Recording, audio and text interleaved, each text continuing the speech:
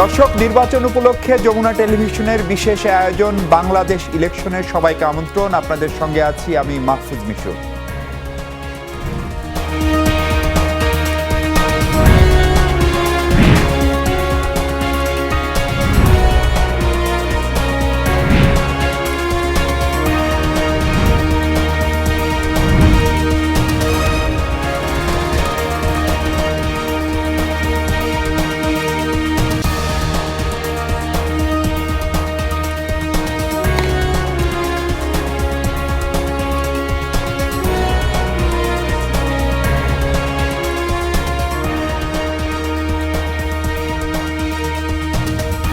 দর্শক, ভোট শেষ, বিশাল সংখ্যাগরিষ্ঠতা নিয়ে সরকার গঠন করতে যাচ্ছে তারেক রহমানের নেতৃত্বাধীন জাতীয়তাবাদী দল বিএনপি। প্রায় 60% ভোটার নতুন স্বপ্ন বুকে নিয়ে ভোট দিয়েছেন। এবার স্বপ্ন বদলাবে দেশ, রাজনীতি হবে জনকল্যাণে, জনস্বার্থে। সব ঠিক থাকলে সোমবার শপথ নিচ্ছেন নতুন এমপিরা, তারপর সরকার গঠন কেবল আনুষ্ঠানিকতা মাত্র। এসব প্রেক্ষাপট, ভোটের নানা দিক, আগামীর সরকারের কাছে জনপ্রত্যাশা সহ নানা কিছু নিয়ে যমুনা টিভির নির্বাচনী আয়োজন চলছিল বাংলাদেশ ইলেকশন। সেখানে আপনাকে আরেকবার স্বাগত জানাচ্ছি মাহফুজ মিশু। আলোচনার জন্য আমার সঙ্গে স্টুডিওতে আছেন এই মুহূর্তে তিনজন অতিথি। আমার ডানে আছেন খান মোহাম্মদ রবিউল আলম, তিনি যোগাযোগ বিশেষজ্ঞ। খান মোহাম্মদ রবিউল আলম, আপনাকে স্বাগত। আমার সঙ্গে আছেন প্রফেসর ডক্টর নাহরিন ইসলাম খান, তিনি জাহাঙ্গীরনগর বিশ্ববিদ্যালয়ের ভূগোল ও পরিবেশ বিজ্ঞান বিভাগের শিক্ষক। আমার সঙ্গে আছেন ডক্টর আব্দুল নূর তুষার, গণমাধ্যম ব্যক্তিত্ব। ডক্টর তুষার, আপনাকেও স্বাগত। অনলাইনে যুক্ত আছেন আমার সঙ্গে যুক্তরাষ্ট্র জামাত ইসলামের মুখপাত্র ডক্টর নকিবুর রহমান। ডক্টর নকিব, আপনাকেও স্বাগত আমাদের সঙ্গে যুক্ত হওয়ার জন্য। আমি একটু ডক্টর আব্দুল নূর তুষার, আপনাকে দিয়ে আলোচনা শুরু করতে চাই। ভোটের ফলাফল আমরা সবাই জানি। এরই মধ্যে বিএনপি মহাসচিব সহ সিনিয়র নেতৃবৃন্দ দলের চেয়ারম্যানের সঙ্গে বৈঠক করেছেন। ক্যাবিনেট ফর্ম এবং সেগুলো নিয়ে মূলত আলোচনা হচ্ছে। সংসদ সচিবালয় জানিয়েছে সোমবার অর্থাৎ 16 ফেব্রুয়ারি নতুন যে সংসদ সদস্য তাদের শপথ, পুরা নির্বাচন প্রক্রিয়া, শপথের এই প্রক্রিয়া, তারপরে সরকার গঠন প্রক্রিয়া, এগুলো নিয়ে আপনার প্রাথমিক মূল্যায়ন এবং প্রত্যাশার কথা শুনতে চাই। একটি ভালো সরকার গঠনের জন্য বিএনপির ওপরে আসলে তাদের নিজেদেরই একটা চাপ আছে, কেননা তাদেরকে এই বিজয়কে অর্থবহ করে তোলার জন্য এমন একটি সরকার তৈরি করতে হবে যে সরকারে কোনো ব্যক্তিকে নিয়ে রাজনৈতিক আপত্তি থাকবে না। ব্যক্তিকে নিয়ে অনেক ব্যক্তিগত আপত্তি থাকে লোকজনের, কিন্তু রাজনৈতিক কোনো আপত্তি থাকবে না। অর্থাৎ এই যারা আসবেন তারা যেন বিএনপির এই যে লক্ষ্য এবং উদ্দেশ্য সেটা পূর্ণ করার জন্য পরিপূর্ণভাবে দলের প্রতি এবং দেশের প্রতি নিবেদিত থাকেন, এমন একটা মন্ত্রিসভা তাদের তৈরি করতে হবে। এটি একটি। দ্বিতীয়ত আরেকটি কাজ হবে, তাকে সকল চাপের বিপরীতে গিয়ে নিজের পছন্দ অনুযায়ী এবং দলের সিনিয়রদের পছন্দ অনুযায়ী একটা মন্ত্রিসভা তৈরি করতে হবে, কেননা দলের উপর অনেক চাপ আছে। লন্ডন ফেরতদের চাপ আছে, বগুড়াদের চাপ আছে, বিভিন্ন জায়গায় চাপ আছে। যেটা হয় এটা হচ্ছে এরকম বড় দলে ইজম থাকে, চাপ থাকে, আত্মীয়তা থাকে। তবে তারেক রহমানের এই দিক থেকে একটা সুবিধা আছে যে জিয়াউর রহমানের পরিবার, ইমিডিয়েট পরিবার অর্থাৎ তার পিতার দিকের পরিবার তার উপরে কখনো বোঝা হয়ে দাঁড়ায়নি। এরপরে আরেকটি বিষয় রয়েছে, গত 17-18 মাসে বিএনপির বহু নেতাকর্মী সত্যিই নানান ধরনের কর্মকাণ্ডে জড়িত হয়েছিলেন। এটার প্রমাণ বিএনপি নিজেই, কারণ 10,000-এর মতো তারা বহিষ্কার করতে হয়েছে। এই 10,000 লোক কিন্তু এখন আবার বেরিয়ে এসে বলবে আমাদের জন্য বিএনপি জিতেছে। এদেরকে শুধু না, এরকম আরও লোক বেরিয়ে আসবে, তাদেরকে নিয়ন্ত্রণ করাও তার একটা চাপের ব্যাপার হবে। আমার কাছে মনে হয় যে তিনি যদি মন্ত্রিসভা তৈরি করার সময় একটা ইনক্লুসিভ মন্ত্রিসভা করেন, সেখানে নারী সদস্যের উপস্থিতি থাকে, সেখানে তরুণদের এবং বয়স্কদের ভারসাম্য থাকে, সেখানে যদি উচ্চশিক্ষিত মধ্যশিক্ষিতদের একটা ভারসাম্য থাকে, এই সব কিছু মিলে একটা ভালো মন্ত্রিসভা হলে ভালো হয়। শুরুতেই একটা বিরাট মন্ত্রিসভা তৈরি না করে ধীরে ধীরে মন্ত্রিসভার কলেবর বৃদ্ধি করলে আমার মনে হয় সেটা একটা ভালো কাজ হবে। তার যেহেতু প্ল্যান আছে, তিনি বলেছেন এটাই টাইম এই প্ল্যানটাকে শেয়ার করা এবং মন্ত্রীদেরকে জানিয়ে দেওয়া যে উনি কি চায় তাদের কাছ থেকে, অর্থাৎ মন্ত্রীদেরকে ডেলিভারেবলটা দেওয়া, টার্গেটটা ফিক্স করে দেওয়া যে আপনার কাছ থেকে আমি এইটা আশা করি, this is your do, this is your don't.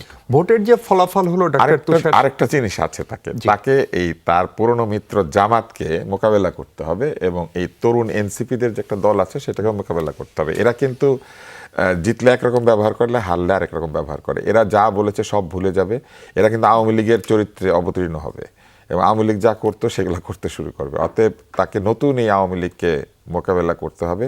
জামাত এখন সব করতে শুরু করবে এইগুলি, এবং আপনি নিশ্চয়ই শুনেছেন যে 7টি আসন তাদের ঢাকাতে আছে। কেউ কেউ তাদের মধ্যে এরকম মন্তব্য করেছেন, আমি যেটা শুনেছি সাংবাদিকরা বলেছেন যে ঢাকা শহর কাঁপানো তাদের জন্য কোনো ব্যাপার না। তারেক রহমানকে এটা ইনশিওর করতে হবে যে কোনো শহর কাঁপানোর চেষ্টা যেন তারা করতে না পারেন। নিজেরা কাঁপেন, কোনো অসুবিধা নাই, কাঁপাকাঁপি চলুক, কিন্তু নাগরিকের জীবন যাতে বিপর্যস্ত না হয় এই ক্ষেত্রে তাকে বেশ কঠোর হইতে হবে, এবং যা করতে হবে শুরুতেই, দেরি করলে কিন্তু এটা করা যাবে না। আপনাকে আমি আরেকটা প্রশ্ন ছোট্ট করে করতে চাই ডাক্তার তুষার, সেটা হচ্ছে ভোটের যে ফলাফল, ধরেন এই যে আমরা 297টি আসনের ফলাফল পেয়েছি, 3টির ফলাফল সঙ্গত কারণে 2টি তো স্থগিত, আর একটি ভোট কেন্দ্র ভোট গ্রহণই হয়নি। বিএনপি যে 212 সিট পেল এবং জামাত যে 77টি সিট পেল, এটি কি এই ফলাফলই প্রত্যাশিত ছিল না, নাকি? আরো কম সিট প্রত্যাশিত ছিল জামাতের জন্য। জামাতের আসলে এতগুলি সিট পাওয়ার কথা না। এটা তারা পেয়েছে, একটি কারণ হচ্ছে এনসিপিকে নেওয়ার কারণে কিছু তরুণদের ভোট তাদের আসনে তারা পেয়েছে, আর এনসিপিতে একটাও জিততো না, তো তারা জিতেছে জামাতের ভোটগুলি পাওয়ার কারণে। ফলে এই সিটগুলি আসলে একটু বেড়েছে। জামাত যদি একা ইলেকশন করতো, এই বড় একটা 11 দল না বানিয়ে, তাহলে আমার ধারণা জামাত আগের মতোই 12, 14, 18টা সিট পেত। অনেকের জামানত বাজেয়াপ্ত হতো যারা জিতেছেন তাদের মধ্যে, কিন্তু এখন তারা পেয়েছেন কারণ তারা অনেকগুলি দলের সমর্থন সাথে নিয়ে এই ভোটগুলি পেয়েছেন।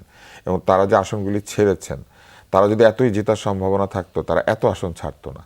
তারা এত আসন ছেড়েছে জেনেই যে তারা সব আসনে জিততে পারবে না এবং সব আসনের প্রতিদ্বন্দ্বিতা করতে পারবে না। জামাতের একটা জিনিস কিন্তু ভালো, এরা মেধাবী, এরা অঙ্ক করে, এরা জ্যামিতি, ভূগোল, বীজগণিত, পাটিগণিত, যত কিছু আছে সব পারে। এদের সবচেয়ে বড় ব্যুৎপত্তি হচ্ছে আইনে।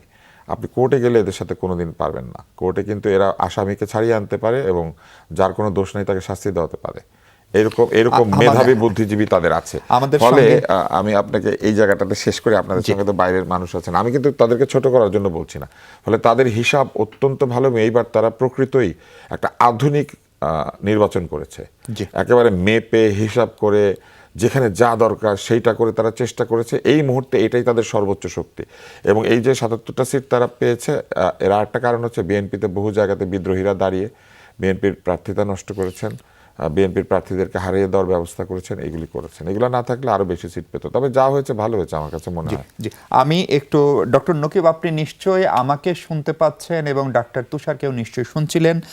জামাতের এককভাবে যে কয়টি সিট, মানে জোট সহ, সেই ফলাফলটি কি আপনাদের কাছে এরকমই প্রত্যাশিত ছিল, নাকি একটা হাইপ তোলার চেষ্টা করা হয়েছিল যে জামাত এর চেয়ে অনেক বেশি আসন পাবে? আমরা যদি অতীত ইতিহাস দেখি, 1986 সালের নির্বাচনে 10টি, 91-এ 18টি, 96-এ 3টি, 2001-এ 17টি, 2008-এ 2টি, অর্থাৎ স্বাধীন বাংলাদেশের কোনো নির্বাচনে জামাত এককভাবে ইলেকশন করে 18টার বেশি আসনে জিততে পারেনি। ফলে আপনি এই ফলাফলে কতখানি সন্তুষ্ট বা কি মূল্যায়ন করবেন, ডক্টর নকিব?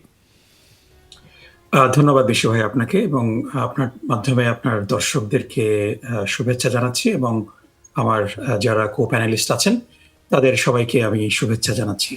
প্রথমেই আমি জামাত ইসলামী বাংলাদেশকে যারা ভোট দিয়েছে সেই ভোটারদেরকে আমি ধন্যবাদ জানাতে চাই, যে জামাত ইসলামীর প্রতি তারা যে আস্থা এবং বিশ্বাস রেখে ভোট দিয়েছে, এজন্য তাদেরকে সাধুবাদ।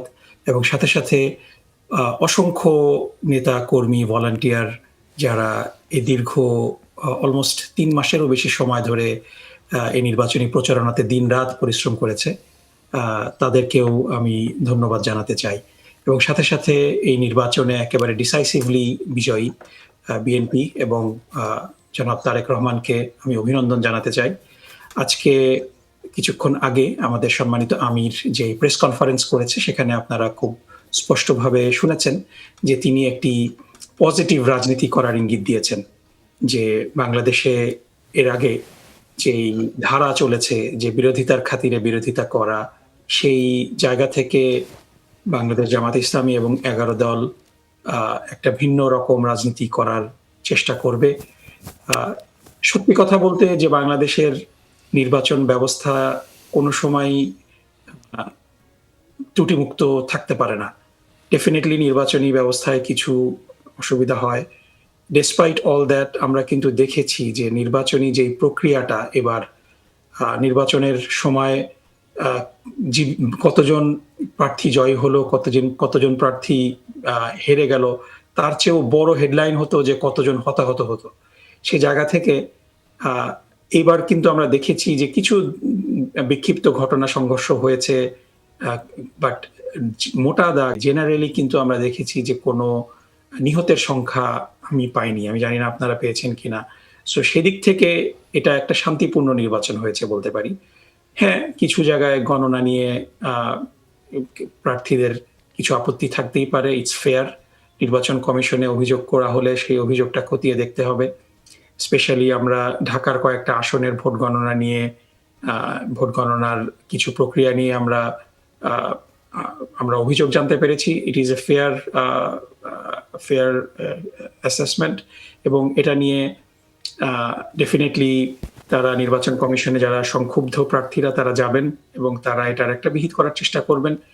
এবং আমরা দেখেছি যে আপনি যেটা বললেন যে আমরা definitely we R little disappointed, আমরা আরেকটু ভালো ফলাফল প্রত্যাশা করেছিলাম।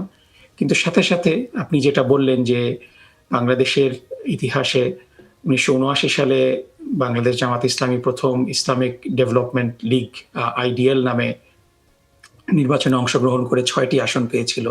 86 সালে একাই নির্বাচন করে 63টা সিটে জামাত প্রতিদ্বন্দ্বিতা করেছিল। স্বৈরাচারী এরশাদের সেই নির্বাচনে জামাত 10টি সিটে জয়লাভ করেছিল। তারপরে 1991 সালে সম্ভবত 212 কিংবা 220 এরকম। ডক্টর নকিব, এই পরিসংখ্যানগুলো আমরা তো বলছি, মানে এইবার আপনাদের আসলে প্রত্যাশা কতটা আসন ছিল? সেই তুলনায় আমরা যদি দেখি, সো ইট ইজ মানে মেনি ফোল্ড সাকসেস। আমরা যদি সর্বোচ্চ জামাতের 1991 সালে 12.32% ভোট পেয়েছিল, সেখান থেকে 40%-এর কাছাকাছি ভোট পাওয়া, এটা মানে এত পার্সেন্ট জনপ্রিয়তা বৃদ্ধি পাওয়া তো একটা রাজনৈতিক দলের জন্য খুব চারটিখানি কথা না।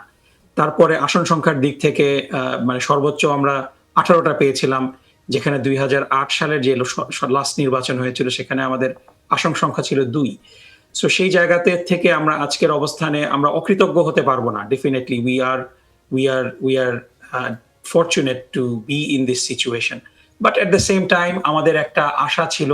এবং আপনি যদি দেখেন যে প্রায় 40 থেকে 45টা আসনে খুব অল্প ভোটের কারণে আমরা হেরে গিয়েছি। So we tried our best, we didn't leave anything out. আমরা আমাদের সর্বোচ্চ দিয়ে চেষ্টা করেছি এবং আমরা জনগণের কাছ থেকে রেসপন্স পেয়েছি। 40% জনগণের সমর্থন, এটা কিন্তু কম কথা না। আমাদের অনেকগুলা সিটে, আপনি যদি বগুড়ার কয়েকটা সিটে দেখেন যে 1,12,000 ভোট পেয়ে আমাদের প্রার্থী পরাজিত হয়েছে। মানে our opponents did a little better job than we did. We fell short. এবং আমি সবসময় রিমাইন্ড করি যে কোনো সফলতা ব্যর্থতা কিন্তু একটা জায়গায় আবর্তিত হয়ে থেমে থাকে না। What we call defeat.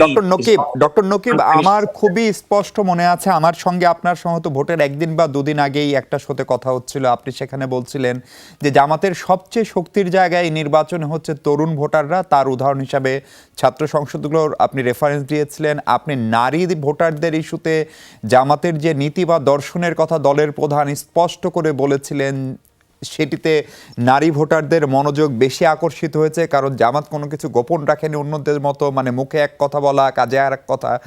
সেই পলিসিগুলো কি শেষ পর্যন্ত তাহলে কাজ করলো না এবার ইলেকশনে? মানে নারী ভোটার এবং ধরেন যে মানুষগুলো, যে নারীরা আপনাকে ঢাকা বিশ্ববিদ্যালয়ে ভোট দিল, তারাই কেন জাতীয় সংসদে ভোট দিল না, এরকম আত্মসমালোচনা করারও কোনো সুযোগ জামাতের দলীয় প্ল্যাটফর্মে আছে কিনা? না, অবশ্যই যেটা বলছিলাম যে what we call defeat is often unfinished business, unfinished success. Its purpose is to redefine us until victory comes inevitable. So আমরা কিন্তু সেলফ রিফ্লেক্ট করবো। আর আপনি যেটা বললেন, আমরা কিন্তু এখনো কনক্লুসিভলি বলতে পারছি না যে আমাদেরকে তরুণরা ভোট দিয়েছে কিনা। আমার বিশ্বাস যে আমরা যদি ডেমোগ্রাফিক ব্রেকডাউনটা দেখি, সম্ভবত আমরা দেখব যে তরুণদের ভোট আমরা পেয়েছি ভালোই, এবং আমরা মহিলাদের ভোটও হিস্টোরিক্যালি বেশি পাই। তার প্রমাণ হিসাবে আপনি যদি দেখেন যে ঢাকা 15-তে আমাদের সম্মানিত আমিরে জামাতের যে সিট, মহিলা কেন্দ্রগুলা যেগুলো ছিল, যে মহিলা অনলি কেন্দ্র, সেখানে কিন্তু তিনি প্রায় 70%-এর কাছাকাছি ভোট পেয়ে বিজয়ী হয়েছেন। সুতরাং আমার মনে হয় যে এটা মহিলাদের ভোট এবং তরুণদের ভোট আমরা পেয়েছি। আমরা কিছু রিজিয়নে উই ফেইল্ড, পার্টিকুলারলি আমরা সিলেট বিভাগে কোনো আসন পাইনি। আমরা বৃহত্তর নোয়াখালীতে আমরা আশা করেছিলাম আমরা ভালো করব, আমরা জি, ওখানে ডক্টর ভালো নকিব, করতে আপনাকে পারি। একটু থামায়, আপনারা আবার কতগুলো জেলার সব আসন পেয়েছেন, সেটি কৌশলটা কি ছিল? বিশেষ করে ধরেন রংপুর, সাতক্ষীরা, এগুলো তো আর আগে থেকে জামাতের দুর্গ ছিল এরকম কথা বলার সুযোগ হিস্ট্রিক্যালি নাই। সেই প্রসঙ্গে আপনার কাছে ফিরবো। প্রফেসর নারিন ইসলাম খান, আপনার কাছে দুটো বিষয় জানতে চাওয়া। একটা হচ্ছে যে আপনার সঙ্গেও ভোট নিয়ে খুবই কথা হচ্ছিল, গণভোট, এবং আপনি যদি গণভোটের ফলাফল দেখেন 2 কোটির বেশি মানুষ যারা জামাত এবং বিএনপিকেই মূলত ভোট দিয়েছেন, সেখানে 2,20,00,000-এর বেশি মানুষ না ভোট দিয়েছেন। এইটা আসলে কি ইঙ্গিত দেয়? প্রথম প্রশ্ন। দ্বিতীয় প্রশ্ন হচ্ছে যে বিএনপি মহাসচিব স্পষ্ট করে বলেছেন যে তাদের একটি নির্বাচন ইশতেহার ছিল, তার পরিপ্রেক্ষিতে, দ্যাট ইজ ডিক্লেয়ার্ড, তার পরিপ্রেক্ষিতে তারা ভোট পেয়েছেন, সুতরাং parliament will take the decision. তাহলে কি জুলাই ঘোষণা বা যে সমস্ত সনদে বিএনপি নীতিগতভাবে সই করে আসলো এবং জুলাই যে গণঅভ্যুত্থান, সেই জায়গাগুলো থেকে একটা ভয় কারো কারোর মধ্যে কাজ করছে যে বিএনপি কি আসলে জুলাই সনদ শেষ পর্যন্ত মানবে কিনা? কারণ সেটা বিএনপি মানতে বাধ্য না, বিএনপির সেই মেজরিটি আছে। সেটা যদি না হয় তাহলে প্রধানমন্ত্রী রাষ্ট্রপতির ক্ষমতার ভারসাম্যের যে কথা বলা হচ্ছে, এক ব্যক্তি প্রধানমন্ত্রী 3 বার হতে পারবেন না বা 2 বার, সেই জায়গাগুলোতে নতুন করে কোনো সমালোচনা বা বিতর্ক জন্ম দেবে কিনা? Thank you Mishu. প্রথমে আমি ডক্টর নকিবকে একটু থ্যাঙ্কস দিতে চাই, কারণ আমি এই প্রথম একজন জামাতের নেতার কথা শুনলাম যিনি অ্যাকচুয়ালি এই রেজাল্টটাকে গ্রহণ করে অনেক সুন্দর করে বিশ্লেষণ করলেন, এবং আমি মনে করি এটা রাজনীতির পরিভাষায় এক ধরনের পরিবর্তন আমরা দেখতে পাচ্ছি। কারণ সন্ধ্যায় দেখছিলাম যে তাদের একটি জি, 11 দলীয় বৈঠক ছিল, ছিল। হ্যাঁ, জি। সেখানে কথার টোন কিন্তু অন্যরকম ছিল, তাই না? তা আমি ওনাকে থ্যাঙ্কস দিতে চাই। আমি মনে করি এই পরিবর্তনটা খুব ভালো একটা পরিবর্তন। আপনি যে প্রশ্নগুলো আমাকে করলেন যে হ্যাঁ ভোট না ভোটে, প্রথম কথাটা আসলে হ্যাঁ ভোট না ভোটের ইমপ্লিমেন্ট কিভাবে হবে সেটা না বলে একটু শুরু করি যে আপনি ব্যালটটি দেখেছেন হ্যাঁ ভোট এবং না ভোটের।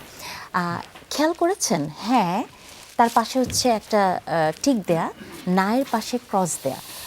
ভোটটা কি মানে ব্যালটটা যখন এরকম হয়, তার মানে কিন্তু আপনি যদি ব্যালটটাকে সিল না মেরে জমা দেন, তাহলে ওটা কিন্তু নার মানে হ্যাঁর মধ্যেই থাকবে, বোঝা যাচ্ছে, এবং না দিলে নার মধ্যেই থাকবে। হ্যাঁ, মানে হ্যাঁ নার উত্তরটা কিন্তু অ্যাকচুয়ালি ওখানে দেয়াই আছে, এরকম কিন্তু মনে হয়েছে। সেই জায়গা থেকে আমার কাছে মনে হয় যে যেহেতু হ্যাঁ না ভোটের আমাদের প্রথম কনসার্ন ছিল যে বাংলাদেশে প্রচুর মানুষ আছে যারা সাক্ষরতা করি তাদেরকে আমরা শিক্ষিত ধরি, অথবা যে অক্ষর জ্ঞানী নাই সে আসলে এটাতে কীভাবে রিয়্যাক্ট করেছে, এটারও একটা রিফ্লেকশন পড়েছে। তাছাড়া হচ্ছে আওয়ামী লীগের তো একটা ভোট আছে, এটা তো আপনি অস্বীকার করতে পারবেন না, তারা নিশ্চয়ই নাতেই দিয়েছেন, এরকমও ঘটনা ঘটেছে। আরেকটা হচ্ছে সরকার চেয়েছে কিন্তু হ্যাঁ জিতুক, এটা কিন্তু সরকার চেয়েছে। তো আসলে আমি জানি না বিষয়টা কি, তবে সরকারের চাওয়া ছিল, যেটি খুবই কোয়েশ্চেনেবল, মানে অনেক কোয়েশ্চেনকে অ্যারাইজ করেছে। তারপরে অন্তর্বর্তী সরকারের কথা বলছি। হ্যাঁ, তারপরে যেটা হয়েছে যে মানুষের মধ্যে অনেকের মধ্যে আমি দেখেছি, অনেককেই শুনেছি যে তারা ভোট দিয়েছে হয়তো বিএনপিকেই, বা অনেক জায়গাতেই তারা বলেছেন তারা নাতে দিয়েছে। আর আপনার দ্বিতীয় প্রশ্নটায় যদি আমি যাই, দেখুন সংস্কার নিয়ে যদি আপনি কথা বলেন, সংস্কারটা তো জুলাই আন্দোলনের পরে সবচেয়ে বাজওয়ার্ড আমাদের সোসাইটিতে, তাই না? কিন্তু এই সংস্কারের প্রস্তাবটা কিন্তু বিএনপি তুলেছে 2014 থেকে। বেগম খালেদা জিয়া কিন্তু বলা শুরু করছে সংস্কার, এবং তাদের যে 31 দফা, সেটা কিন্তু এমন না যে জুলাই আন্দোলনের পর টুক করে 31 দফা একটা নাজিল হয়ে গেছে, তা কিন্তু না। এটা কিন্তু তাদের একটা ধীরে ধীরে তৈরি করা 19 দফা 23 দফা থেকে 31 দফা এসেছে। তার মানে বিএনপি চায় সংস্কার হোক, সেটি হ্যাঁ ভোটই হোক বা না ভোটই হোক। এবং বিএনপির ইশতেহার দেখে যেহেতু মানুষ ভোট দিয়েছে, সবাই মনে করছে, আমি মনে করি যে বিএনপির ইশতেহারে, শুধু ইশতেহার না, বিএনপি যে পলিসিগুলো করেছে সেগুলো অনেক ডিটেইল কাজ হয়েছে, সেটার একটা রিফ্লেকশন তো হয়েছেই। তবে এটাও ঠিক যে হ্যাঁ এবং না বলে যে গণভোটটা আমাদের সামনে দিয়ে দেয়া হলো, সেই গণভোটে কিন্তু অনেক নোট অফ ডিসেন্ট ছিল, সেটাকে কিন্তু সামহাও পর্দার আড়ালে ফেলে দেওয়া হয়েছে। এখন এটা একটা তো কোয়েশ্চেনই যে বিএনপি যেগুলোতে নোট অফ ডিসেন্ট দিয়েছে তারা আসলে এটা মানবে কিনা। তবে আমি মনে করি যে এই মুহূর্তে ধরেন যেটা বলছেন যে দুবারের বেশি প্রধানমন্ত্রী হতে পারবেন, এই প্রস্তাবটা তো বিএনপির থেকেই এসছে, বিএনপির অনেক আগের থেকে এই সংস্কারের শুধু এটা ছিল। টানা নিয়ে প্রশ্ন সম্ভব। হ্যাঁ, শুধু টানা নিয়েছিল তো। এবং তারেক রহমান তার অনেক বক্তব্যে এটা বলেছে। আমি বিশ্বাস করি যে রাজনীতিতে তো একটা পরিবর্তন এসছে এবং 17 বছর আগের তারেক রহমান বা বিএনপির একটা পরিবর্তন আমাদের সবার চোখে পড়ে। সেই জায়গা থেকে আমি বিশ্বাস করি যে উনি যেটা বলেছেন বা নতুনত্ব অথবা পরিণতিবোধ অথবা রাজনৈতিক প্রজ্ঞা সবই এই মুহূর্তে ওনার আছে। এবং এটাও সত্যি কথা যে উনি কিন্তু একমাত্র এই মুহূর্তে যাকে আপনি ইউ ডোন্ট লাইক, মানে এটা হতেই পারে যে you don't like BNP but you can't ignore Tarique Rahman right now. এবং বাংলাদেশের জনগণ 60% জনগণ যে ভোট দিয়েছে, আমি বিশ্বাস করি যে তারা তাদের নেতাকে নির্বাচন করেছে।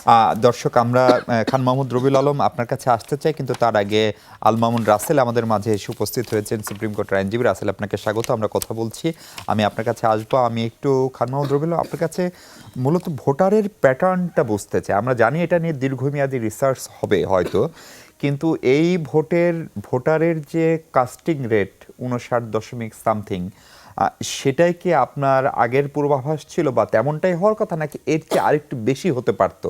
ধরেন আমরা আমাদের ভালো নির্বাচন বলতে যেগুলো বোঝাই, এবং বিশেষ করে আওয়ামী লীগের অনুপস্থিতি, আওয়ামী লীগ 11 দলের অনুপস্থিতি, তার পরিপ্রেক্ষিতেও এই কাস্টিংটাকে কিভাবে দেখেন? গ্রামে গঞ্জে আওয়ামী লীগের লোকজন প্রচুর ভোট দিয়েছে, সেটা আমরা খবর পেয়েছি, কিন্তু শহরগুলোর কথা যদি আপনি একটু দেখেন, বিশেষ করে সদরের আসনগুলোতে কিন্তু ভোটার উপস্থিতি তুলনামূলক কম, 60%-এর অনুপাতে। খুবই ভালো প্রশ্ন। আমি নিজে এটা অবজার্ভ করছি দীর্ঘ সময় ধরে। আমি সিরিয়ালি পরপর কয়েকটা লেখা প্রথম আলোতে লিখলাম, গত কয়েকদিন আগেও শোতে ছিলাম। 60%-এর যে ক্যালকুলেশনটা আসছে, এটা আমার কাছে অ্যাপারেন্টলি খুবই পারফেক্ট একটা ফিগার মনে হয়। এবং এর ভিতরে আওয়ামী লীগের কর্মী সমর্থক 3 ক্যাটাগরি ভোটার আছে। ভেরি সিম্পল, গ্রামে যারা আওয়ামী লীগের সমর্থন করে তারা একটা অংশ, তাদের ভোটিং ডিসিশনটা এফেক্ট করেছে তাদের এক্সিস্টেন্স এন্ড সার্ভাইভাল ইস্যুস। মানে নিজের দোকান, ব্যবসা বাণিজ্য, মামলা মোকদ্দমা, ঘের দখল হয়ে গেছে। সুতরাং তাদের প্যাটার্নটা হচ্ছে একরকম। আর হচ্ছে গিয়ে একটু লিডার এবং নেতৃত্বের যারা, তাদের হচ্ছে একটা বিগার এজেন্ডা, এবং এই এজেন্ডাতে তারাও বিএনপিকে সাপোর্ট করেছে এবং জামাতকেও সাপোর্ট করেছে। যে এলাকাগুলোতে, আমি 64টা জেলার নেটওয়ার্ক থেকে যেটা দেখছি, যে এলাকাগুলোতে মাইক্রো লেভেল ভায়োলেন্সের সঙ্গে বিএনপির সম্পৃক্ততা ছিল, যেমন বাগেরহাটে একটা ছোট উদাহরণ দিই। একজন হিন্দু ভদ্র মহিলা আমাকে বলেছে যে আমি জামাতকে ভোট দিতে চাই। আমি তাকে প্রশ্ন করলাম কেন? অ্যাটলিস্ট এই বিশ্বাসটুকু আমার আছে যে আমার একটা ঘের আছে, এটা আর দখল হবে না। সুতরাং মাইক্রো ভায়োলেন্সের এই রেশিওগুলো আপনি যদি দেখেন, তাহলে এটা ইন্ডিকেট করছে যে ভোটের, আওয়ামী লীগের ভোটের রেশিওটা কোথায় যাচ্ছে। এবং খুবই ইন্টারেস্টিং যে প্রথম হলো সেটা একটা ফটো কাট করলো, এবং আমেরিকান একটা সংস্থা সে ফোরকাস্টটা করছিল 50 এবং 30, যে আওয়ামী লীগের ভোট 50 যাবে বিএনপির দিকে এবং 30%। আমি বলি যে আমার অবজারভেশন বলছে যে more or less it is true and factual. তো রুরাল সেটিংয়ের ভোটের একটা বড় অংশ, যেগুলো লেস আপনার একটা মানে কি বলবো, একটা সাপোর্টিং এনভায়রনমেন্টে আওয়ামী লীগের যারা ছিলেন, সেখানে তারা বিএনপিতে গিয়েছেন। যেমন আমি আমার গ্রামের কেন্দ্রের কথা বলতে পারি, 53 বছর বয়স আমার, কখনো সেখানে আওয়ামী লীগ অথবা বিএনপি কম্পিট করছে। এবার দেখলাম সেখানে জামাত ফার্স্ট হয়েছে এবং 200 ভোটের ব্যবধানে। আমি সারপ্রাইজ, আমি ফোন করে জিজ্ঞাসা করলাম গোদাগাড়িতে, এটা গোদাগাড়ি, আমি কেন উনি, এবং জামাত ওখানে উইন করেছে খুব মার্জিন ভোটে। তাহলে এটা কেন হলো, কিভাবে হলো? তো বললো যে উৎপাত, ঘের এবং গভীর নলকূপের ঝামেলা, এগুলো রেগুলেট করে বিএনপি ভোটার সাইকেল। ফলে যেটা লাইফকে টাচ করেছে তাদের। এবং অন্য জায়গায় সেফটি রিজনসে দেখেন আওয়ামী লীগের অনেক লোক কিন্তু শেল্টার নিয়েছে জামাতের কাছে। আমি ধরে ধরে অফলাইনে আপনাদেরকে বলতে পারি অনেকের কথাই। ফলে 60% ভোটের ভিতরে আওয়ামী লীগের প্রেজেন্স ছিল। এবং ইন্টারেস্টিং ব্যাপার, রাজশাহীর মোহনগঞ্জের একজন ভোটার আওয়ামী লীগের সমর্থক আমাকে বলেছে, ভোট দেওয়া তো আমাদের অভ্যস্ততার অংশ। এই যে ভোটটা হচ্ছে, এটা তো 14, 18 এবং 24 আমি আওয়ামী লীগ করি, তার চেয়ে তো খারাপ নির্বাচন না। অ্যাটলিস্ট দুটো মানে কম্পিটিটিং এন্টিটি পাচ্ছে, আমরা ভোটার পাচ্ছে, আওয়ামী লীগ বিএনপি হোক আজম। সুতরাং আমি সেখানে ভোটটা দিতে চাই। এবং উনি আমাকে খুব ভালো ক্যাটাগরিক্যালি বললো যে এই ফ্লেক্সিবিলিটিটা থাকতে হবে। আমি যে পয়েন্টটা আমি আপনাকে বলতে চাই, যে migrational habit of our voter, it's a very beautiful for our democracy. যে লোক 14তে ভোট দিয়েছে ধানের শীষে, 18তে ধানের শীষে, সেই লোক আবার দেখা যাচ্ছে দাঁড়িয়ে 14 একটা মানে এত রিজিড না আমাদের মানুষগুলো, একটা ফ্লেক্সিবিলিটি আছে। এবং এই ফ্লেক্সিবিলিটিটা শেপ করছে পলিটিক্যাল পার্টিগুলো কীভাবে বিহেভ করছে তাদের সাথে। কিভাবে তাদের ইস্যুগুলোকে অ্যাড্রেস করতে পারছে। তার মানে তো খান ভাই, তার মানে তো জামাতের ভোট বাড়ছে, সেই ইঙ্গিতটা খুব স্পষ্ট। ধরেন আমি পরিষ্কার 18 করে থেকে বলে দিতে- 72 মানে কতশো %? আমি পরিষ্কার করে বলে দিতে চাই, এটা যদি কম্পিটিটিভ ইলেকশন হতো, এখানে যদি আওয়ামী লীগের প্রেজেন্সটা থাকতো, জামাত যে রেশিওতে ছিল আগে 16-17 ওই রেশিওতেই থাকতো। আচ্ছা, এটা খুব একটা সিম্পল হিসাব। বিএনপি যেটাতে ছিল 33/31, বিএনপি 33 ও 31-এই থাকতো। এই ভোটের প্যাটার্নটা দেখে আপনি কিন্তু বলতে পারবেন না যে এটা অ্যাবসুলেটলি একটা মানে ফিক্স একটা চয়েসের দিকে আমাদের মানুষ গেছে। এটা simply existence and survival issues. জি। এর ভিতরে আর কিছু নাই। এর ভিতরে অ্যাটলিস্ট আমার এজাম্পশন বলে 20-20% আওয়ামী লীগের ভোট আছে। 20-20%। আমার আপনার আমার ধারণা। অবজারভেশন। যে আমি একটু এবং আলমাউন্ট বিষয় আরেকটু অ্যাড করতে চাই, এটা যে ওয়ার্ক করেনি তার বেস্ট এক্সাম্পল হচ্ছে গোপালগঞ্জ। গোপালগঞ্জে কাস্টিং রেট হচ্ছে 40%। গোপালগঞ্জে ভোট কাস্ট হয়েছে 40%। Can you imagine it? এবং গোপালগঞ্জের মানুষ কাকে ভোট দিয়েছে? 3টে সিটে। সি, ওরা একটা অপশান পেয়েছে যে বিএনপি মানে আমি একটা ট্রানজিট পাবো, একটা অপশান পাবো। তার একটা ছোট্ট এক্সাম্পল আমি আসার সময় দেখে আসলাম যে পঞ্চগড়ে একটা উপজেলার আওয়ামী লীগের একটা অফিস ওপেন করার সুযোগ পেয়েছে তারা। জি। আলমামুন রাসেল, আপনি দীর্ঘদিন ধরেই জামাতের রাজনীতি পর্যবেক্ষণ করছেন, সেটি নিয়ে বলেন। জামাত সহ 11 দলীয় জোট একটু আগে 3 শীর্ষ নেতাই একসঙ্গে একটা সংবাদ সম্মেলন করলেন। সেখানে তারা বিশেষ করে নাহিদ ইসলাম প্রয়োজনে আবার আন্দোলনের হুমকি দিয়েছেন। বেশ কয়েকটা আসন নিয়ে তাদের আপত্তি আছে যেগুলোতে তারা হেরেছেন। ফলে আমরাও ভোটের মাঠে ছিলাম। দৃশ্যত ভোট শান্তিপূর্ণ, সহিংসতা মুক্ত, যেটা প্রফেসর ডক্টর নকিবও বলছিলেন যে এত শান্তিপূর্ণ ভোট আমরা দেখিনি, কাস্টিং রেটও ভালো। ফলে তারপরেও আবার যদি এই মানে হেরে গেলে সে আসন নিয়ে যদি চ্যালেঞ্জ করা হয়, তাহলে আমরা সেই পুরনো সংস্কৃতিতেই ফিরছি কিনা? জি, অসংখ্য ধন্যবাদ মিশি ভাই আমাকে চমৎকার করে অন্তর্ভুক্ত করার জন্য। সাথে আমার সহপ্যানেলিস্টদেরকে অভিনন্দন জানাচ্ছি। প্রথম কথা হচ্ছে আমি নিজে মেনে নিচ্ছি, আমি এর আগে যতগুলো টকশো সবগুলোতে বলেছি যে একটা স্বচ্ছ ইলেকশন হয়েছে, কোনো সন্দেহ নেই। স্বচ্ছ মানে পুরো দিন যেভাবে ভোট হয়েছে এটা নিয়ে কোনো প্রশ্ন করার সুষ্ঠু ইলেকশন হয়েছে। কিন্তু গণনা এবং হচ্ছে ঘোষণা এর ক্ষেত্রে একটু অসুষ্ঠুতা হয়েছে, এবং গণনার ক্ষেত্রে এটা নিয়ে প্রশ্নটা আসলে আসছে। আপনি যদি দেখেন এই মামুনুল হক সাহেবের, ওনাদের জোটের একটা বড় দলের একটা দলের প্রধান মামুনুল হক সাহেবের, আপনারা নিজেরা মিডিয়াতে বিভিন্নভাবে প্রথমে একটা মিডিয়া বলছে মামুনুল হক সাহেব জয়লাভ করেছে, এনটিভিতে আমি দেখেছি। এরপরে 5 মিনিট পরে এটা কেটে দিয়ে আবার বলছে ববি হাজার সাহেব জয়লাভ করেছে। তারপরে আপনি বিটা আব্বাস সাহেবের আসনটা দেখেন, এটা খুব আলোচিত আসন। সে আসনে আমরা দেখেছি যে প্রায় কিছু সময় এটা ভোট গণনা বন্ধ রেখেছে। কেন রেখেছে? যে প্রসঙ্গে বলছিলেন সেটা হচ্ছে এই ভোটের যে ফলাফল প্রত্যাশিত, এবং জামাত তার প্রতিষ্ঠার পর থেকে, মানে বাংলাদেশ জামাত নয়, পুরো জামাতে ইসলামের কথা বলছি, সর্বোচ্চ ভালো ফলাফল করেছে, প্রায় 40% ভোট। এইটার পরেও যখন কয়েকটি আসনের ফলাফল নিয়ে আপনার জামাত বলছে ভোট ভালো হয়েছে, সুস্পষ্টভাবে ইলেকশন কমিশনের কাছে নালিশ জানানো হচ্ছে, এমনকি জোটের একজন সহযোগী জনাব নাহিদ ইসলাম তিনি প্রয়োজন আবার আন্দোলন আমার হুমকি দিচ্ছেন, সেইটা আসলে আমরা পুরনো সংস্কৃতিতেই ফেরত যাচ্ছি কিনা? জি, অসংখ্য ধন্যবাদ। প্রথম কথা হচ্ছে মানে সকলের পক্ষ থেকে, এবং আমি নিজেও সহ বলছি যে এবারে ইলেকশনটা স্বচ্ছ হয়েছে, কোনো সন্দেহ নেই। ইলেকশন সুষ্ঠু হয়েছে, কিন্তু ইলেকশনের বিষয়টা নিয়ে আপনি ফল গণনা পর্যন্ত আমরা ছিলাম। হ্যাঁ, যেখানে প্রশ্নটা সেটা হচ্ছে গণনা এবং হচ্ছে আপনার ঘোষণার ক্ষেত্রে কিছু কিছু আসনে, যেমন আছে এনসিপি থেকে একটু আগে সাংবাদিক সম্মেলন করে ওনারা কিন্তু বলেছেন, সজীব ভুঁইয়া বলেছেন 2008 সালের যে ইলেকশনটা, সেই ইলেকশনে বিএনপিকে 30টা আসন দেওয়া হয়েছে, সেখানে 32% ভোট এই বিএনপি পেয়েছিল, আর পার্থক্য ছিল মাত্র হচ্ছে 10 থেকে 12% পার্থক্য ছিল। কিন্তু আসনের ক্ষেত্রে প্রায় পার্থক্য হচ্ছে 230টা আসন আওয়ামী লীগ পেয়েছে। মানে হচ্ছে দেখেন আপনি এই জামাত যে জোট, এই জোটে 77টা আসন পেয়েছে, কিন্তু আপনি যদি দেখেন আমার কাছে একটা ইকুয়েশন আছে, আপনার 53টা আসনে মাত্র ভোটের পার্থক্য 2 থেকে 5,000 ভোট পার্থক্য। এক ভোটের পার্থক্য না, আমি সেটা আসছি, মানে মাত্র 53টা আসনে পার্থক্য হচ্ছে 2 থেকে 5,000 ভোটের পার্থক্য। হ্যাঁ, এই যে পার্থক্যের ক্ষেত্রে এখন প্রশ্নটা আসলো কিভাবে?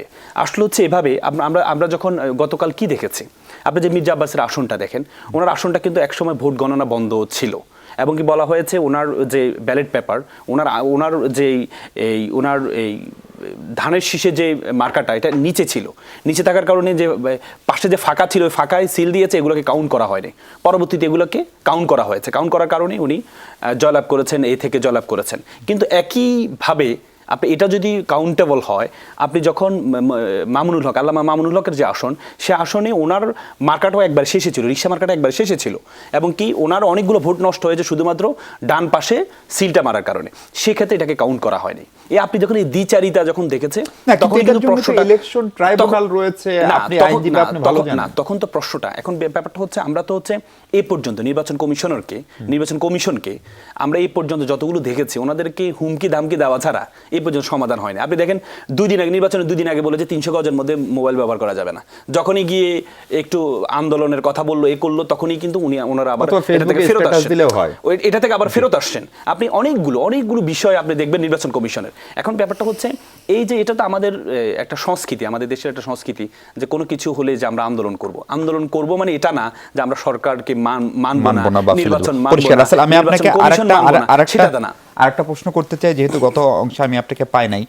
জামাত বরাবরই, জামাতের জোট বলে এসেছিল যে 91 মডেলের ইলেকশন, শেষ পর্যন্ত কি এটা 91 মডেল ইলেকশনই হলো? কারণ আমি নিজে জামাতের আমিরকে অন্তত 4 জন প্রার্থীকে মন্ত্রী হিসেবে পরিচয় করে দিতে শুনেছি জনসভার সময়। ফলে একই রকম ঘটনা 91 ইলেকশনের আগেও আওয়ামী লীগ করেছিল, তারা ক্যাবিনেট ফর্ম করে পেরেছিল এবং শেষ পর্যন্ত আওয়ামী লীগের ভরাডুবি হয়েছিল। না দেখেন, আপনার 91 মডেল কোন অর্থে বলেছিলেন? আমি মনে করি না, এটা জামাতের পক্ষ থেকে বলা হয়েছে এই জন্যই। আপনি দেখেছেন এই গণ অভ্যুত্থানের পরবর্তীতে ইলেকশনগুলো, গণ অভ্যুত্থানের ইলেকশন হয়েছে 91 ইলেকশন হয়েছে, এবং 90-এর যে ডাকসুর যে ছাত্র দলের যে ভূমিদস্যু বিজয়, সেটার কারণে পরবর্তীতে 91-তে একটা যেখানে আওয়ামী লীগ ক্যাবিনেট গঠন করে ফেলেছিল, তখন কিন্তু হচ্ছে পরবর্তী দেখা গিয়েছে ছাত্র দল হয়েছিল। পরবর্তীতে 91-এর ইলেকশনে যেখানে ক্যাবিনেট তৈরি করে ফেলেছিল আওয়ামী লীগ, পরবর্তীতে বিএনপি কিন্তু সে সংখ্যাগরিষ্ঠতা পেয়ে ক্ষমতা আসছে। এখন পরবর্তীতে এই যে এবারেও আমরা যখন দেখলাম যে একটা অভ্যুত্থানের পরবর্তীতে ইলেকশনটা হচ্ছে, এবং কি ছাত্র সংসদ শুধু একটা না, 5টা ছাত্র সংসদের যখন ভূমিদস্যু বিজয় যখন জামাত শিবিরের এই থেকে যখন হলো, তখনই কিন্তু এটা একটা আশা। এখন আপনি তো আশা করতে পারেন যে পরীক্ষা দিতে যায়, প্রত্যেকে তো পরীক্ষা দেওয়ার আগে চিন্তা করে আমি ফার্স্ট হবো। এখন আপনি তো বলতে পারবেন না যে তুমি ফার্স্ট হবে না, তোমার চেহারার মধ্যে ফার্স্ট হওয়ার কোনো ভাব নেই, তোমার প্রত্যাশা করে। আপনি তো বলে যে গ্যাসে বাছে ফানুস, আশায় বাছে মানুষ, আশা তো করতেই পারে। আপনি যখন কম্পিটিশন অংশগ্রহণ করবেন, আপনি যদি আশাই না করেন, তাহলে তো আপনি শুরুতেই এক্সামের আগে তো আপনি পরাজিত হয়ে যাচ্ছেন। এখন আপনি যেটি বললেন যে মন্ত্রী ঘোষণা করে দিচ্ছেন, এটা মন্ত্রী ঘোষণা না, এটা হচ্ছে যে আপনারা যদি এই আসনে যদি নাহিদকে জয়লাভ করেন, তাহলে আপনারা ভবিষ্যতে যদি আমরা জয়লাভ করি, তাহলে আপনারা একটা মন্ত্রী পাবেন। তার মানে কি? তার মানে এটা দ্বারা হচ্ছে যে যারা আছে ভোটার আছে, তাদেরকে একটা আশা দেখানো, আপনাদের এখান থেকে একটা শুধু এমপি না, যদি এইভাবে বোঝেন যে সরকারের একজন দায়িত্বশীল কর্মকর্তা নাহিদ সাহেবকে একবার নিয়ে লিখেছিলেন যে তিনি প্রত্যাশা করেন, তার গুড উইশ ছিল তিনি একদিন বাংলাদেশের প্রধানমন্ত্রী হবেন, ফলে প্রধানমন্ত্রী থেকে তাকে মন্ত্রীতে আনা, এই আলোচনাও কিন্তু হয়েছে নাহিদ ইসলামকে নিয়ে। এখন কথা হচ্ছে, আমরা তো দেখি যে গণঅভ্যুত্থান যারা নেতৃত্ব দেয়, পরবর্তী তারা প্রধানমন্ত্রী হয়, এটাই তো স্বাভাবিক কথা। কিন্তু এটা আশা করা তো ভুলের বিষয় না। আমরা তো সমস্যা হচ্ছে আমরা হচ্ছে একটা পরিবারতন্ত্রের মধ্যে আছি, দেশটা আমরাও একটা বৃত্তের মধ্যে আছি, এই বৃত্ত থেকে বের হতে পারি না। আমাদের দেশে আমরা ছোটবেলা থেকে, আমি আপনাকে বলি, আমরা ছোটবেলা থেকে আমাদের মাথায় ঢুকিয়ে দেওয়া হয় সবকিছু হতে পারবা, প্রধানমন্ত্রী হতে পারবা না। মানে আমাদের মধ্যে আমরা এই 35 বছর যে ক্ষমতায়ন আমরা দেখেছি, আমাদের মাথার মধ্যে ঢুকিয়ে দেওয়া হয়েছে এখনো পর্যন্ত। আপনি দেখেন যে কিছুদিন আগে তারেক রহমান সাহেব বলেছেন যে শেখ হাসিনার ছেলে মেয়েরা ইচ্ছা করলে রাজনীতি করতে পারে। তার মানে কি? পরিবারতন্ত্রটা তোমার পরিবার যদি না থাকে, তাহলে আমার পরিবারতন্ত্র যদি থাকে, বিপরীতে যারা আছে তাদের সাথে তো আমি টিকতে পারবো না।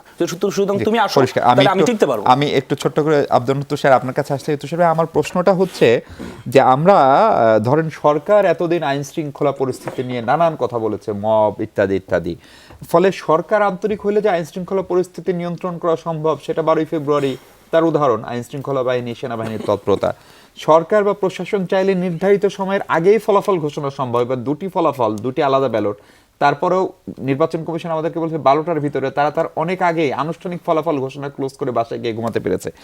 ফলে অন্তর্বর্তী সরকারের আন্তরিকতা এবং প্রশাসনের সঙ্গে সমন্বয়হীনতার যে ঘটনা, সেইটা নিয়ে এখন প্রশ্ন তোলার নতুন সুযোগ তৈরি হলো কিনা? না, এই প্রশ্ন কখনো অন্তর্হিত হয় নাই। এর কারণ হচ্ছে সরকারের প্রেস সচিবই তো বলেছিলেন যে বেশি সময় লাগবে গুনতে, ওইটা কে বলেছিলেন? ফলে এইসব কথাবার্তা ওনারাই বলেছেন। এই সরকার আসলে শান্তিপূর্ণ ইলেকশন করে নাই, মবওয়ালারা ইলেকশনে দাঁড়িয়েছিল, এই জন্য তারা ইলেকশনের সময় ইলেকশনের প্রচার নিয়ে ব্যস্ত, তখন মব করতে পারে নাই। এখন ওরা আবার চেষ্টা করবে। মবের বিরুদ্ধে কথা বলেছে কোন কোন রাজনৈতিক দল বলেন তো এই নির্বাচনে যারা ছিল? কারা মবকে উৎসাহ দিয়েছিল বলেন তো? এই সরকার তো মবকে উৎসাহদাতা সরকার। এই সরকারের মব ইলেকশনে দাঁড় করিয়ে দিয়ে তারা ভেবেছিল যে ইলেকশনে তারা জিতবে। আনফর্চুনেটলি যত হয়েছে মব ততই খেয়েছে ধরা। এবং এই যে বলে না যে একটু আগে আমার সহ আলোচক বলছিলেন, এই কথাটা আমার খুব পছন্দ হয়েছে, সেদিনও আমি এই কথাটা শুনেছি যে কি গ্যাসে বাঁচে ফানুস আর আশায় বাঁচে মানুষ। তো প্রবলেম হয়েছে সরকার গ্যাসে বেঁচে আছে, কিন্তু মানুষ এই ইলেকশনটাকে এই নিরাপত্তা দিয়েছে। এই যে মানুষ এত পরিমাণে ভোট দিতে গিয়েছে, ওখানে মব করবে কে? ওখানে মব করতে গেলে পিটুনি খাইতো মানুষের হাতে। আর আইন শৃঙ্খলা রক্ষাকারী বাহিনী শুরুর থেকে আসলে সরকারকে সহায়তা করারই চেষ্টা করেছে। সরকার আইন শৃঙ্খলা রক্ষাকারী বাহিনীকে সহায়তা করে নাই। আপনার মনে আছে আইন শৃঙ্খলা রক্ষাকারী বাহিনী কাউকে ধরে এনেছে, এনসিপির নেতা গিয়েছেন তাকে ছাড়িয়ে আনতে, এবং ছাড়িয়ে আনা সেই এনসিপির নেতা কিন্তু বিজয়ী হয়েছেন। তখন বোধহয় এনসিপি হয়নি, তখন বৈষম্যদের ছাত্র আন্দোলন। আর নামে হয় নাই, জি, লোকটা তো একই ছিল, তাই না? মানে আইডিএল নাকি নাম নিয়ে জামাত ইসলাম ইলেকশন করেছিল, কিন্তু ওনারা কিন্তু এখন বলে আমরা আইডিএল নিয়ে জামাতি ছিলাম। ওরকম ওই বৈষম্য বিরোধী ছাত্র আন্দোলন আজ থেকে 10 বছর পরে গিয়ে বলবে আমরা কিন্তু বৈষম্য বিরোধী ছাত্র আন্দোলনের নামে এনসিপি ছিলাম। বুঝতে পেরেছেন? তো হান্নান মাসুদ ইলেকশন করে জিতেছে না, কিন্তু মুসলেকা দিয়ে মবকারীকে ছাড়িয়ে এনেছে।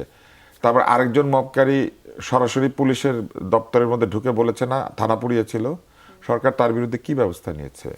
আপনি বললে আপনার সাথে কি করতো, আমি বললে কি করতো? ওদের সাথে কিছু করে না। এই সরকার তো মবের পৃষ্ঠপোষক। মবের পৃষ্ঠপোষক সরকার মব করতে পারে নাই, কারণ ওই দিন আইন শৃঙ্খলা রক্ষাকারী বাহিনী নির্বাচন কমিশনের অধীন একটা স্বাধীনতা পেয়েছে।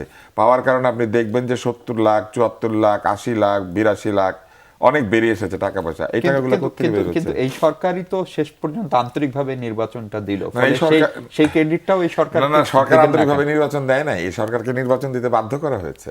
এই সরকার বাধ্য হয়ে নির্বাচন দিয়েছে। এই সরকারের বড় বড় মানুষেরা কি বলেছেন?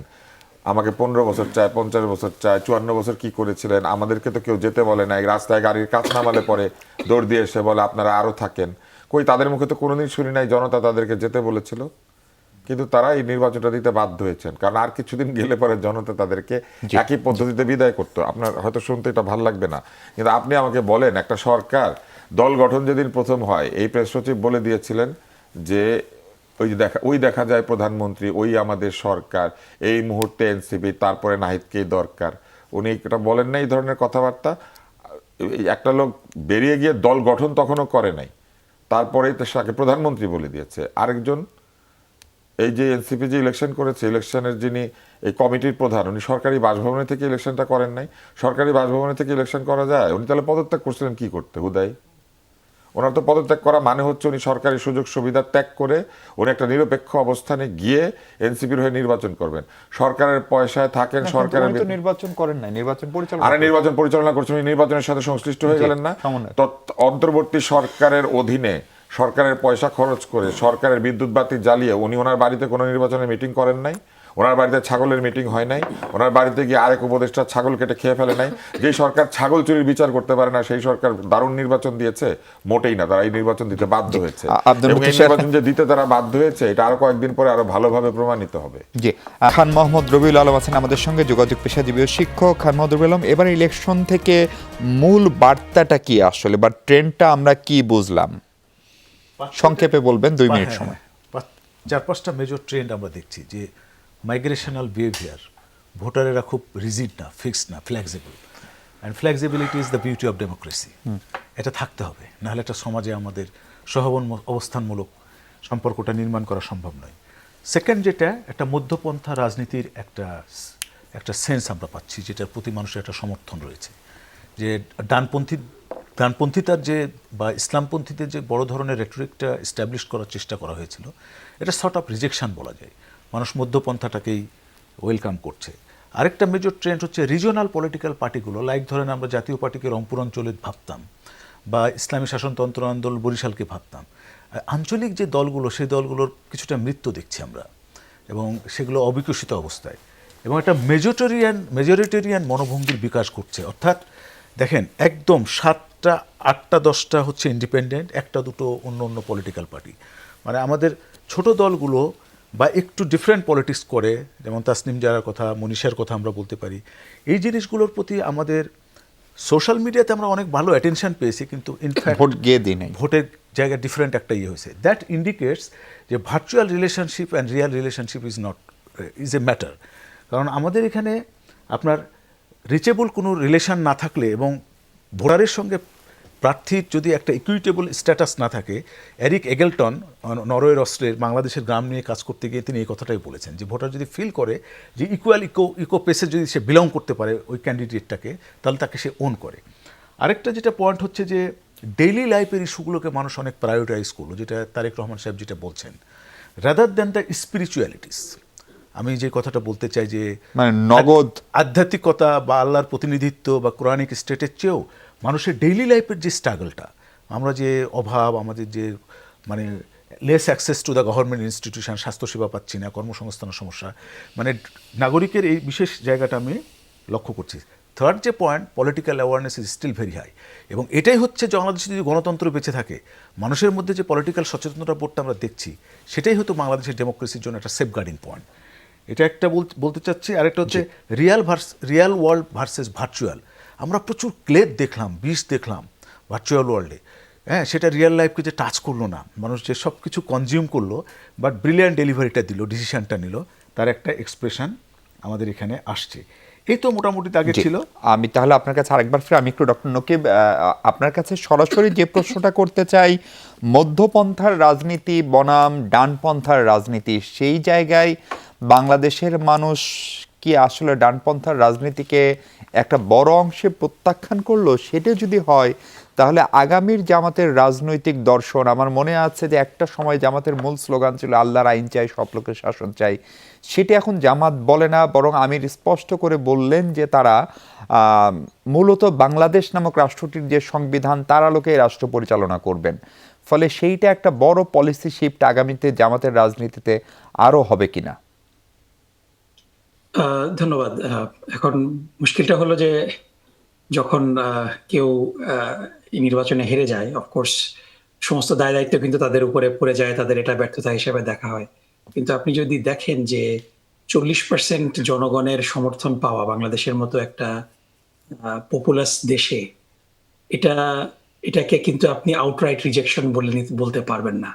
কারণ মোহাম্মদ রবিউল ভাইয়ের প্রথম সেগমেন্টে যে উনি কথাটা বলেছেন যে ভোটার পার্টিসিপেশন নিয়ে, আমি এগ্রি করি ওনার সাথে যে 60%টা কিন্তু মানে এটাই কিন্তু নর্মাল বাংলাদেশে। এর আগে নির্বাচনে যখন মানে এনি টাইম আপনি যদি 80% ভোট কিংবা তার বেশি দেখেন, মানে ইটস এ সিমটম যে কিছু ব্যালট স্টাফিং হয়েছে, কিছু ঘটনা ঘটেছে। আপনি যুক্তরাষ্ট্রের মতো জায়গায়, আমি যেখানে থাকি সেখানে প্রায় 2 সপ্তাহ ধরে নির্বাচনে ভোট হয়। ফাইনাল নির্বাচনের দিন ভোট তো হয়, তার আগে ড্রপ বাই ব্যালট বক্স থাকে। তারপরে যুক্তরাজ্যেও আপনি যদি দেখেন, যুক্তরাজ্যের শেষ নির্বাচনে 57% ভোট কাস্ট হয়েছে। সো এটা কিন্তু নর্মাল, কারণ মানুষের নির্বাচনের দিনে অসুস্থতা থাকতে পারে, ইন বিটুইন জব থাকতে পারে, ট্রাভেলিং থাকতে পারে। সুতরাং 80% ই কিন্তু 100%। সুতরাং আমরা এবারের যে নির্বাচনে ভোটটা দেখেছি, এখানে এই ভোটের পার্সেন্টেজের কাজটা বলে দেয় যে আওয়ামী লীগ বাংলাদেশের রাজনীতিতে আগের মতো অত বেশি রেলেভেন্ট না, কারণ মানুষ পার্টিসিপেট করেছে। এবং সত্যি কথা বলতে কি, আমরা যদি আসলে ট্রুলি অ্যাসেস করি যে এই নির্বাচনে জামাত নেতৃত্বাধীন জোট এবং বিএনপি নেতৃত্বাধীন জোটের মধ্যে পার্থক্য করে দিয়েছে কোন জায়গায়, এটা হলো যে আওয়ামী লীগের লোকজন কিন্তু খুব অ্যাক্টিভলি পার্টিসিপেট করেছে, স্পেশালি গ্রামে গঞ্জে, যেটা রবিউল ভাই বললেন। এবং এই ভোটটা একটা ব্যাপক হারে, অবশ্যই কিছু ভোট জামাতেও পেয়েছে, কিন্তু ওভারওয়েলমিং ভাবে, আমি আরেকটু পরে হয়তো আরো কয়েকদিন পরে আমাদের কাছে তথ্য উপাত্ত আরেকটু বেশি আসবে, বাট আইবল টেস্ট আমাকে বলে যে 80% আওয়ামী লীগের ভোট, যারা ভোট দিয়েছে সেই ভোটটার বেনিফিশিয়ারি হয়েছে বিএনপি। এটার কারণ হলো যে ঢাকা শহরে আওয়ামী লীগের ভোট পার্মানেন্টলি মাইগ্রেট করেছে, কারণ ঢাকা শহরের মানুষ একেবারে নিজেদের চোখে অল্প কিছুদিন আগে আওয়ামী লীগের বর্বরতা দেখেছে। এই কারণে কিন্তু দেখেছেন যে ঢাকা সিটিতে কতগুলো সিট, ঢাকা 5 থেকে ঢাকা 18 পর্যন্ত আপনার 14টা সিটের মধ্যে 7টা সিট বিএনপি জোট, মানে জামাত জোট পেয়েছে, 7টি সিট বিএনপি পেয়েছে, এবং বাকি 7টিতেও ইট ওয়াজ এ ভেরি টাইট কন্টেস্ট। মানে এটা কিন্তু একটা ফেনোমেনাল একটা ব্যাপার। সুতরাং ঢাকাতে আওয়ামী লীগের একটা পার্মানেন্ট মাইগ্রেশন হয়েছে বলে আমি মনে করি, কিন্তু গ্রামাঞ্চলের মানুষ কিন্তু এখনো যারা আওয়ামী লীগের প্রতি যে সিম্প্যাথি ছিল, ওখানে পার্মানেন্ট মাইগ্রেশনটা হয়নি। ডক্টর নকিব, আপনি আমাদের সঙ্গে থাকুন। আমি ছোট্ট করে একটু ডক্টর নারিন আপনার কাছে আসতে চাই। নারী ভোটাররা এই ইলেকশনে কতখানি ফ্যাক্টর ছিল, আপনি এটি নিয়ে এখন সামারিটা বলেন, আমরা বিরতির পরেও আপনার কাছে আরো খানিকটা এটি নিয়ে শুনবো। মানে ক্রোনোলজিক্যালি নারীকে নিয়ে ব্লান্ডার করার একটি মানে ফলাফল আমরা দেখেছি কালকে। কারণ আমি যখনই সকাল থেকে শুনছিলাম প্রত্যেকটা টেলিভিশন স্টেশনে যিনি ছিলেন ওখানে ফিল্ডে সবাই বলেছেন যে নারী ভোটার সবচেয়ে বেশি। তো আমি মনে করি যে যত লুক্রেটিভ অফার দেওয়া হয়েছিল না, ঘরের ভিতর থাকলে সম্মান দেওয়া হবে বা কিছু, কিন্তু নারী ভোটাররা দেখিয়ে দিয়েছে এবং বাংলাদেশের নারীরা এটা করে, এটা একটা খুবই মূল্যবান। তবে এখানে আরেকটু একটা বলি যে জামাতের আমিরের কথা যখন উনি বললেন, ডক্টর নাকিব উনি বললেন যে জামাতের আমির নাকি নারী ভোট বেশি পেয়েছে। আমি জানি না এখনও কি জেন্ডার ওয়াইজ ভোটের ভাগটা ওনারা বুঝতে পেরেছেন, এই তথ্য উনি কোথায় পেলেন। তবে এখানে জামাতের আমিরের সিট নিয়ে আমি পার্টিকুলারলি একটা কথা বলতে চাই, উনি যতই বলুক যে মাইগ্রেট করে এসছে, এই ভোটার মানে ভোট কেন্দ্রে কিন্তু এই প্লেসে সবচেয়ে বেশি মাইগ্রেট করে কিন্তু ভোটার আনা হয়েছে, তাই না? অনেক ক্ষেত্রে আমরা শুনেছি 1 লাখ নতুন ভোটার যুক্ত হয়েছে এখানে। জি জি, দর্শক দেখছিলেন বাংলাদেশ ইলেকশন, যমুনা টেলিভিশনের সাথেই থাকুন।